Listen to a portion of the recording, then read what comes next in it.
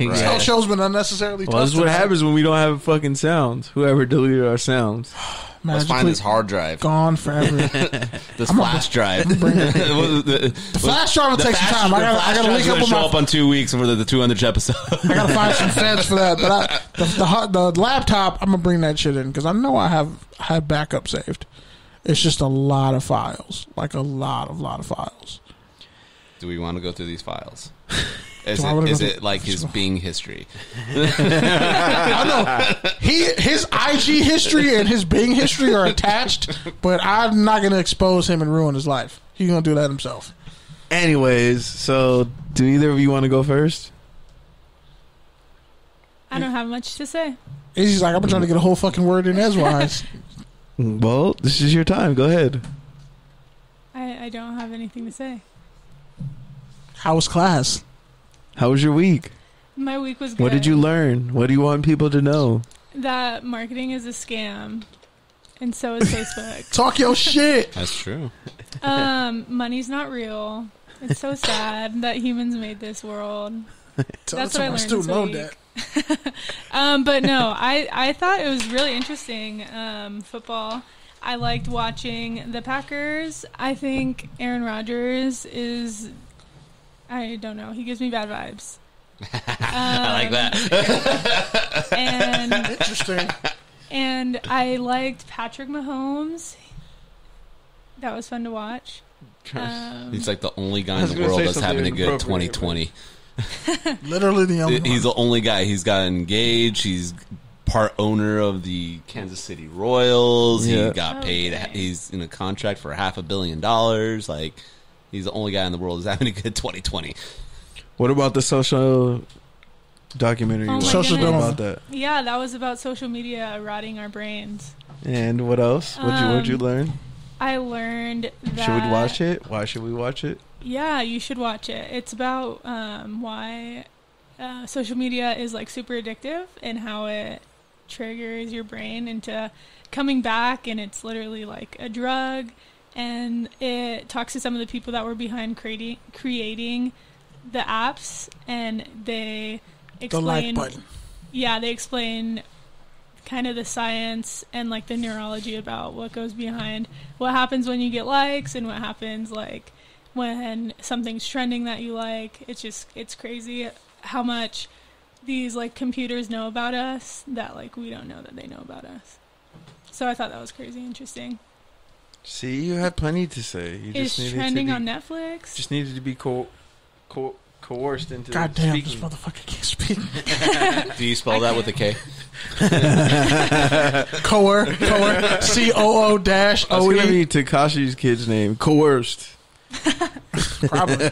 Coerced. COINTELPRO? He's going to name his first kid COINTELPRO. Operative. Ops. All right, go ahead, Eric. Ops, you did it again. This week, my wife and I actually just kind of went to another step, and we adopted a puppy. So, yeah, we just adopted a little lab, thinking he's cattle dog mix, and he's an adorable little dog. So, already fully in love with him, and we adopted. We didn't shop. We took this little puppy, and absolutely in love. He's whining and not letting us sleep right now, but you know that happens with the 3-month puppy. But shout out to, I think it's Fur Baby Adoption, this downtown LA. Really just kind of gave us a quick interview, had a good feeling with us, didn't make me go through these long different kind of having to examine my apartment and my social security number, everything, but you know, definitely, again, you know, instead of spending $5,000 on a French bulldog that's been overbred a million times and everything, you don't have any idea how to take care of this dog or anything, do your part. If you want to really take care of a dog and bring it to life, go adopt one, and there's plenty of little fur babies out there that need some love and some good family. So I'm glad that we are doing it, and I just probably spent $1,200 on other shit like a crate, toys, food, all that stuff. But very happy, and you got he was already named Bear, and I'm a big Bears fan, so it was. We were going to name him Gunner because my wife is an English Premier fan, English Premier League soccer fan, football fan, England of the Arsenal Gunners. We were going to name him Gunner, but since his name was already Bear, we decided to keep him as Bear, and yeah, it was meant to Could have be. just called him Oso. Oh, that's his nickname, Osito. Osito. Are you talking to me? What? You found Barry's son. We do call him Osito. He's little Osito. Yes. All right, so for me this week, obviously, Clippers fucking suck. the elephant in the room is the Clippers fucking lost this week, and How they lost. we talked about it a little bit at the top of the show. Spectacular. Blowing the 3-1 lead and They deep throated a 3-1 lead. all right, sir, I'm going to mute your mic. This is my time. You can speak about the Clippers when it's your time. Okay, this is my time right now. Anyways, Clippers blew a 3-1 lead, and honestly, years past we've had excuses: Chris Paul's hamstrings, Blake Griffin's knee, etc., etc. This year we didn't have any of that. This year really just came down to two things: mainly coaching, but also execution. The players didn't find that extra gear when they needed it the most. A bunch of tough guys were not very tough. A bunch of players who were specialists had to find roles. Well, they weren't doing their jobs, and when you don't have coaching to hold you accountable and make adjustments and put other guys in, that doesn't help either. So it was a combination of both things, but really, like, Denver's a great team, and Denver's been a great team for a few seasons now. I've been talking about Jokic. I've been talking about Murray. I've been talking about these guys. Do I think they have enough to beat the Lakers? Probably not. But what they do have is that mile-high conditioning. They got a point guard, which is something the Lakers don't have, and they got somebody who can, in theory, at least run with AD, even though nobody can really guard AD. Nonetheless, I am excited that LA all-conference finals did not happen in Florida, because if that would have happened in Florida and me not be there, I would be really fucking sad, honestly. Just selfishly, I don't think it was meant to be. So, yeah, I'm sad it wasn't as easy as 1, 2, 3 Kawhi. But, listen, man, like, I'm still in it. I'm still going to be a Clipper fan. But, this year's set up for LeBron and set up for Lakers, set up for Kobe. Y'all can have the asterisks. Giannis is out anyways, so doesn't matter. Does he come back to the Bucks? I think he should. Giannis should definitely go back to the Bucks. I think the East needs that sort of balance, because if he leaves, it's really going to be a shit show. Well, KD comes back next year. Yeah. And the other thing that I don't want to leave out is my Raiders did win this week, so that kept me from being a complete downer this entire week. Will they win week 2? I don't fucking know. I doubt it. But if they do, we might be looking at a very good team in the AFC West. But to be determined. Now, pass rush is still a little bit less than what I would want it to be.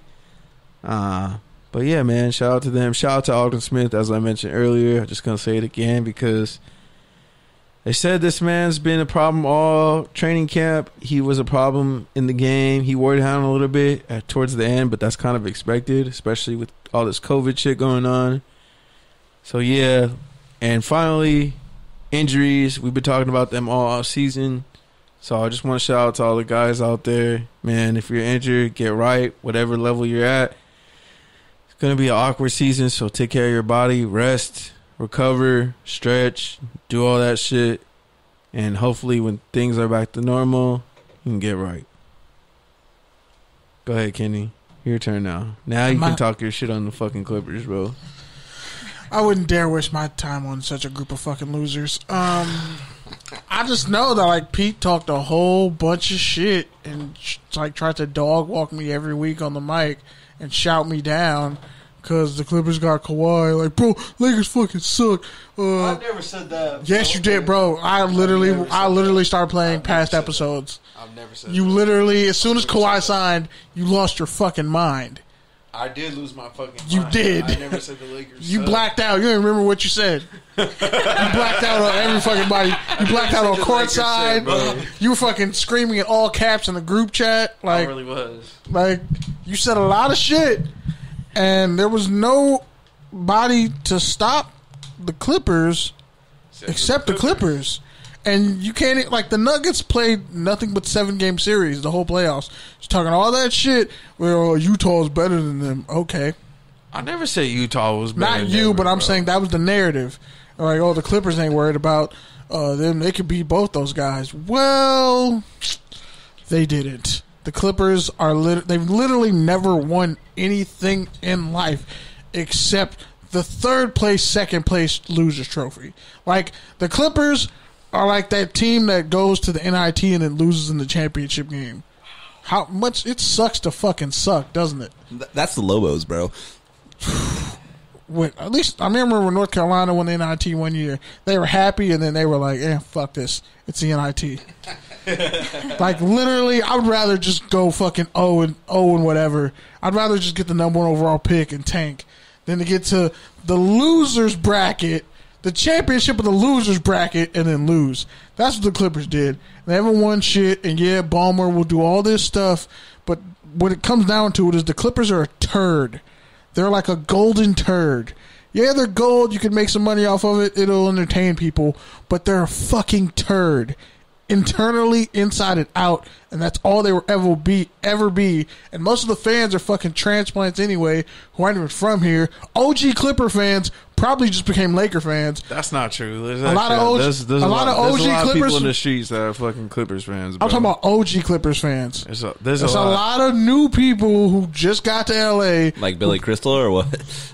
Fucking the white people who live in the jungles. It's still creepy to me. Like, that's it's okay. The Clippers have only been to the playoffs fucking every year but 1 year for the past fucking 11 years. But let's shit all over the Clippers. Other 20? Clippers, the Lakers fucking took them 7 years to not get to the fucking playoffs, but it's cool. Play on my birthday, it's fine, bro. I watched the OG Clippers play on my birthday bro. Before Livingston tore up his knee. I watched the Clippers play on my birthday. Got free tickets in the Staples Center to watch the Clippers play the Grizzlies. Right, they got their shit pushed in. I feel about your basketball content, so can we move along? Bottom line is the Clippers have been nothing but a disappointment, and I don't even like watching them because I just know they're going to fucking choke.